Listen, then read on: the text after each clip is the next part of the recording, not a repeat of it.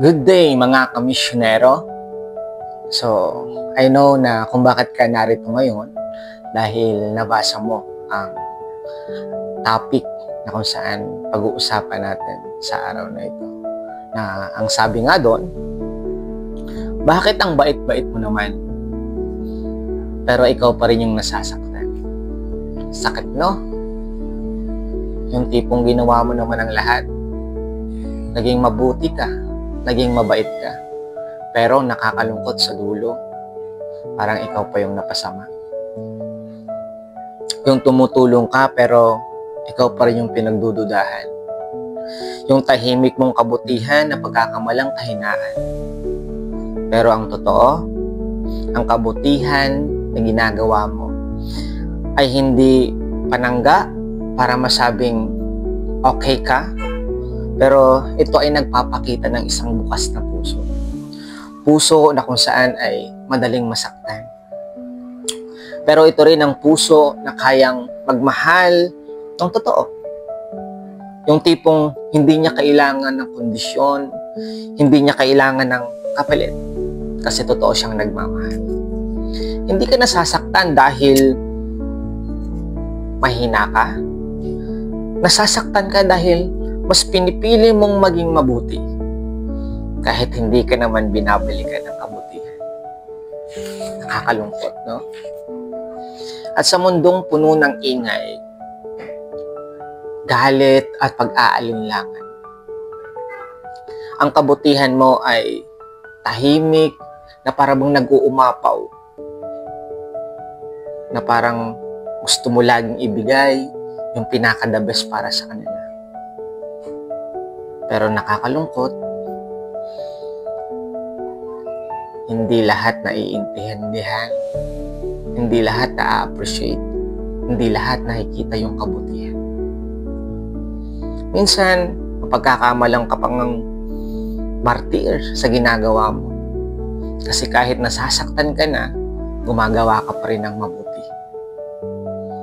Pero alam mo ba, na kahit hindi ka man mapansin ng ibang mga tao, na kahit hindi ka ma-appreciate ng mga tao, na kahit hindi nila mabigyang pansin yung ginagawang kabutihan mo, there's a God.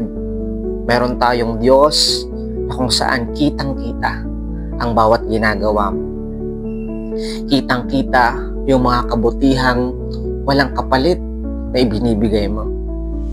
At alam mo ba, ito ay para sa Kanya isang pinakamatapang na pagmamahal.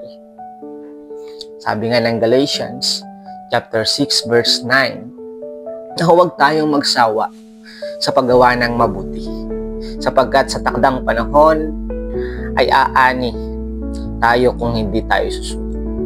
Ang mga talatang ito ay isang paalala sa mga taong pagod na sa paggawa ng kabutihan. Hindi rin ito utos na manatili kang mabait kahit nasasaktan ka na, kundi ito ay paalala na ang kabutihan ay laging may bunga. Na sa bawat desisyon, na sa bawat investment na ginagawa mo sa iba, ay laging may bunga. Kahit hindi agad, kahit hindi sa paningin ng tao, ito ay may bunga. Ang salitang magsawa ay totoo naman sa ating mga sarili. Dahil minsan nga nakakasawa naman talaga. Yun ang katotohanan. Nakakasawang magmahal nang hindi ka binabalikan, na hindi ka minamahal, katulad ng ginagawa mo. Nakakasawang tumulong sa mga taong hindi namang deserve na tulungan mo, sapagkat paulit-ulit na lang ang nangyayari. At nakakasawa ang magpatawad sa paulit-ulit na pananakit. Sakit, no? Pero itong lagi mong tatandaan, na ang Diyos ay hindi lang nakatingin sa bawat ginagawa natin. Ang Diyos ay nakatingin sa puso natin, sa bawat ginagawa mo, na masaya ka, na ang layunin mo ay para sa kapurihan niya. At ang pangako niya, sabi ng Lord, kapag lagi tayong gumagawa ng kabutihan, aani ka. hindi sa likes, hindi sa palakpak ng mga tao, hindi rin sa pagbalik nila ng ginagawa mo, kundi sa kapayapaan na ibinibigay ni Kristo, sa kalakasan at sa gantimpalang hindi kayang bilihin ng mundo. Ganun niya tayo pararangalan. Ganun magbubunga ang bawat kabutihan na ginagawa natin. Katulad ni Joseph, na kung saan siya ay nabilanggo. Bakit? Kasi gumawa siya ng mabuti. Mas pinili niya ang tama kaysa sunggaban at kunin yung alam niyang mali. Bakit? Kasi siya ay nanindigan na kung saan iwasan ang tukso. Pero sa huli, nakulong pa rin siya. Pero sa kabila ng paninindigan niya at pagkatakot sa Diyos, nanatili siyang tapat. At ano yung naging bunga? Siya yung ginamit ng Diyos para iligtas ang kanyang mga kababayan. Siya ang ginamit ng Diyos para makaahon sa kahirapan ang kanyang bayang Israel.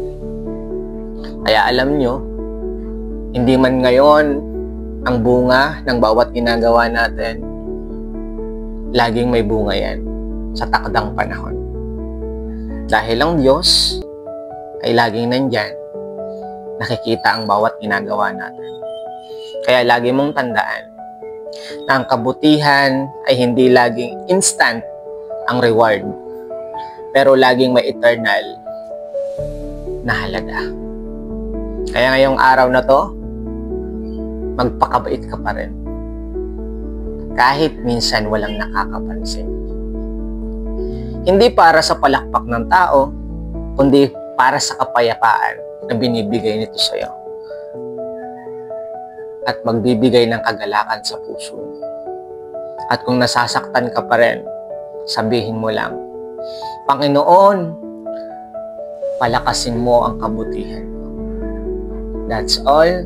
Magpatuloy ka lang, kapatid, at laging hanapin ang mabigyan ng kapurihan ng Diyos at hindi ang tao. God bless you.